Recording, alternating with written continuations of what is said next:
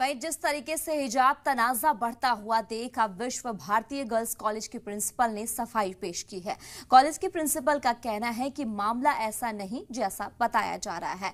तालिबात को हिजाब या अबाया पहनने से मना नहीं किया जा रहा है, बल्कि उन्हें एक कलर अपनाने पर जोर दिया जा रहा।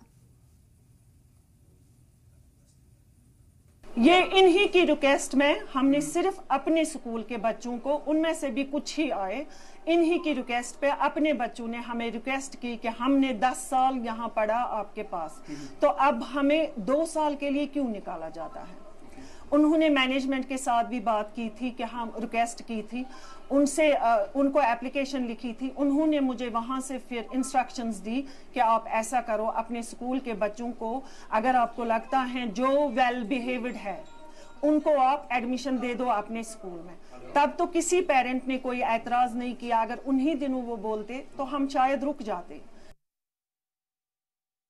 कहा कि जम्मू कश्मीर में लगातार जो हिजाब को लेकर तमाम तलबा जो है वो नाराज चल रही थी और कहा जा रहा था कि हम लंबे वक्त से इसे यूनिवर्सिटी में पढ़ने आ रहे हैं और अब जाकर हमें रोका जा रहा है। तो अब इस कॉलेज के प्रिंसिपल का भी आपने देखा बयान। उन्होंने कहा कि हमने मना नहीं किया है, बस सेम कलर के हिजाब के लिए एक पहल की थी।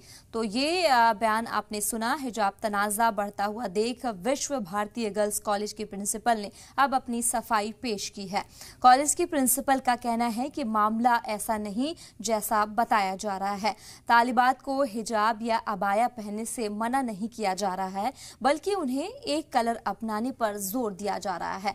तो अब जरूर सफाई पेश करती हुई कॉलेज के प्रिंसिपल नजर आ रही है। आपने भी सुना कि उनकी तरफ से कहा जा रहा है कि बस एक कलर अपनाने पर जोर दिया जा रहा है।